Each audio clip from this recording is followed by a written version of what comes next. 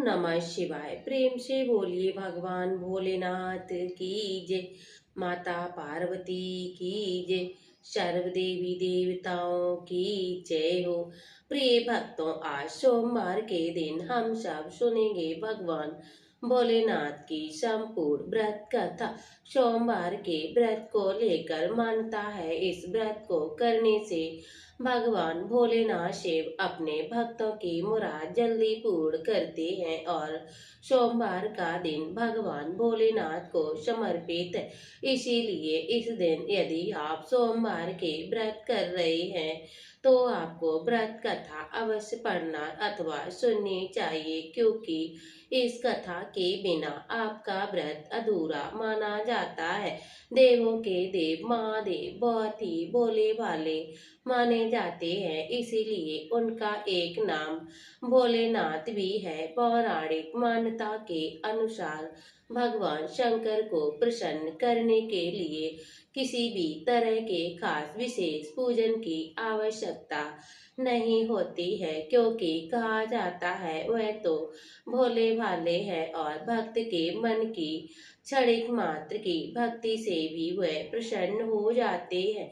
अगर आप भी भगवान भोलेनाथ शिव की भक्ति और कृपा पाने के लिए भगवान भोलेनाथ का सोमवार का व्रत कर रहे हैं तो आपको इस कथा को अवश्य सुनना चाहिए। कथा के अनुसार एक बार किसी नगर में एक साहूकार रहता था। उनके घर में धन धान की कोई कमी नहीं थी, लेकिन उनके कोई संतान नहीं थी। इसी कारण वह बहुत ही दुखी रहते थे। संतान प्राप्ति के लिए वह हर सोमवार को व्रत रखते और पूरी श्रद्धा भक्ति के साथ भगवान भोलेनाथ शिव मंदिर जाकर भगवान शिव और माता पार्वती जी का पूजन अर्चन करते और उनकी भक्ति देखकर एक दिन माता पार्वती प्रसन्न होकर भगवान भोलेनाथ शिव से साहूकार की मनोकामना पूर्ण करने का निवेदन पार्वती जी के आग्रह पर भगवान भोलेनाथ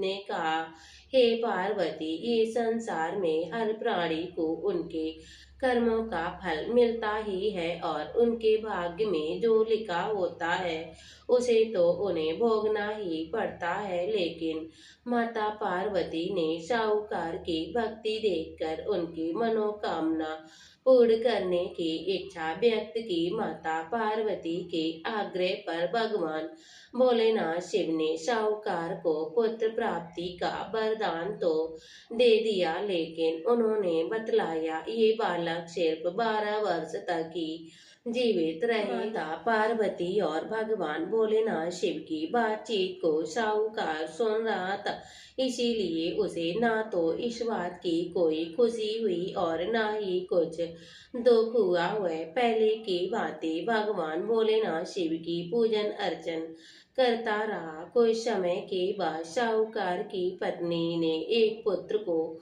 जन्म दिया। जब वह बालक 11 वर्ष का हुआ तो उसके पढ़ने के लिए उसे काशी भेज दिया गया। साहूकार ने पुत्र के मामा को बुलाकर उसे बहुत सारा धन देकर कहा, तुम इस बालक को काशी विद्या अध्ययन के लिए ले जाओ। तुम लोगों को रास्ते में यज्ञ कराते जाना और ब्राह्मणों को भोजन दक्षिणा देते हुए जाना। दोनों मामा भांजे इसी तरह यज्ञ कराते और ब्राह्मणों को दान दक्षिणा देते काशी नगरी निकल पड़े।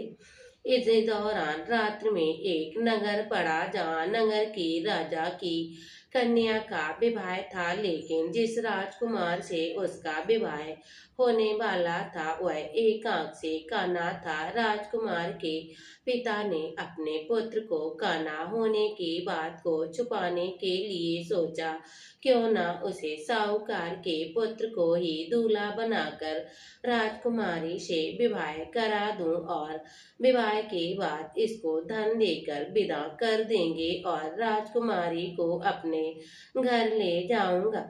लड़के को दूल्हे के वस्त्र पहनाए और राजकुमारी से विवाह करवा दिया। साहूकार का पुत्र बहुत ही ईमानदार था, उसे ये बात सही ना लगी, इसीलिए उसने अवसर पाकर राजकुमारी के दुपट्टे पर लिख दिया कि तुम्हारा विवाह तो मेरे साथ हुआ है, परंतु तुम्हें जिस राजकुमार के साथ भेजा जाएगा वह एक आंख से काना है।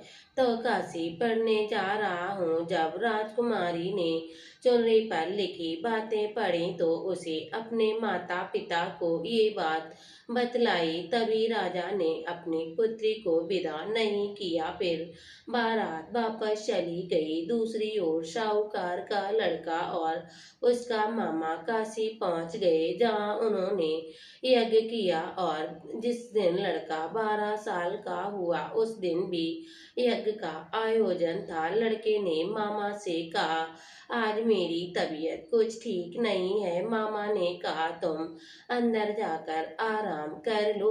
भगवान भोलेनाथ शिव के वरदान के अनुसार कुछ ही देर में उस बालक के प्राण निकल गए और मृत भांजे को देखकर उसके मामा ने विलाप करना शुरू किया। संयोगवश उसी समय भगवान भोलेनाथ शिव और माता पार्वती जी उधर से जा रहे थे। माता पार्वती ने भगवान भोलेनाथ से कहा, हे स्वामी, मुझे इसके रोने का स्वर सहन नहीं हो रहा है। आप इस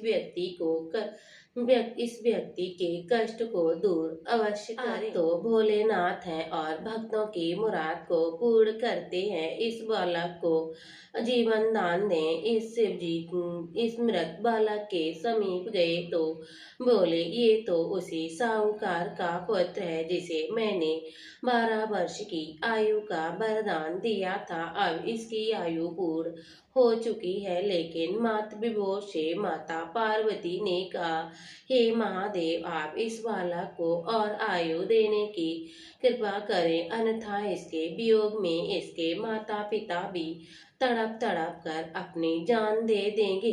इस बात को माता पार्वती ने भगवान भोलेनाथ से कहा।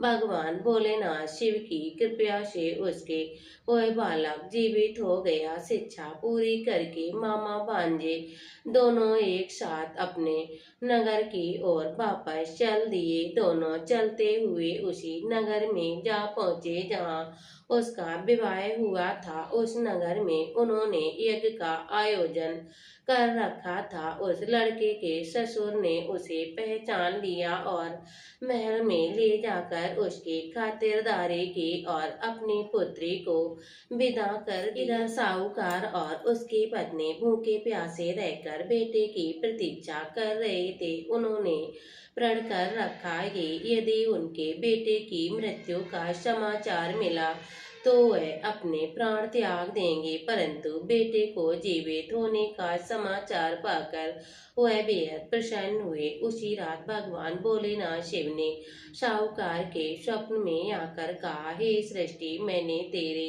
सोमवार के व्रत करने और व्रत कथा सुनने से प्रसन्न होकर तेरे पुत्र को लंबी आयु प्रदान की है। जिसी प्रकार जो कोई भी मनुष्य सोमवार का व्रत करता अथवा कथा सुनता और पढ़ता है उसके सभी दुख दूर हो जाते हैं और सभी की मनोकामना पूर्ण होती है। तो प्रेम से बोलिए भगवान भोलेनाथ की जय, माता पार्वती की जय। अब हम सब मिलकर बाबा भोलेनाथ की आरती करते हैं। ओम जय शिव ओमकारा, प्रभु जय शिव ओमकारा, ब्रह्मा विष्णु सदा शिव अर्धांगी दारा। ओम जय शिव ओमकारा, एकानन चतुरानन पंचानन राजे, हंसानन गरुरासन ब्रजवाहन साजे। ओम जय शिव ओमकारा, दो भुज चारु चतुर्भुज, 10 भुज अति सोहे, तीनों रूप निरखता त्रिभुवन जन मोहे। ओम जय शिव ओमकारा, जय माला बरमाला मुंड माला धारी, त्रिपुरारी कंसारी बरमाला धारी। ओम जय शिव ओमकारा, श्वेतांबर पीतांबर माघांबर अंगे, शनकादिक ब्रह्मादिक भूतादिक संगे। ओम जय शिव ओमकारा। करिमे मध्य कमंडल चक्र त्रिशूल धरता। जग करता जग हरता जग पालन करता। ओम जय शिव ओमकारा। ब्रह्मा विष्णु सदा शिव जानते अविवेका। प्रणवाचर्य के मध्य ये तीनों एका। ओम जय शिव ओमकारा। त्रिशूल स्वामी जी की आरती जो कोई नर गावे। कहते शिवानंद स्वामी भजते हरिहर स्वामी सुख संपत्ति भावे। ओम जय शिव ओमकारा। प्रभु जय शिव ओमकारा। बोलो बाबा भोलेनाथ की जय। माता पार्वती की जय। सर्व देवी देवताओं की जय हो। प्रिय भक्तों, वीडियो अच्छा लगे तो वीडियो को लाइक करिए और कमेंट बॉक्स में भगवान भोलेनाथ की जय, माता पार्वती की जय जरूर लिखिएगा। मिलते हैं अगली वीडियो के साथ, तब तक के लिए जय श्री कृष्णा, राधे राधे, जय भोलेनाथ।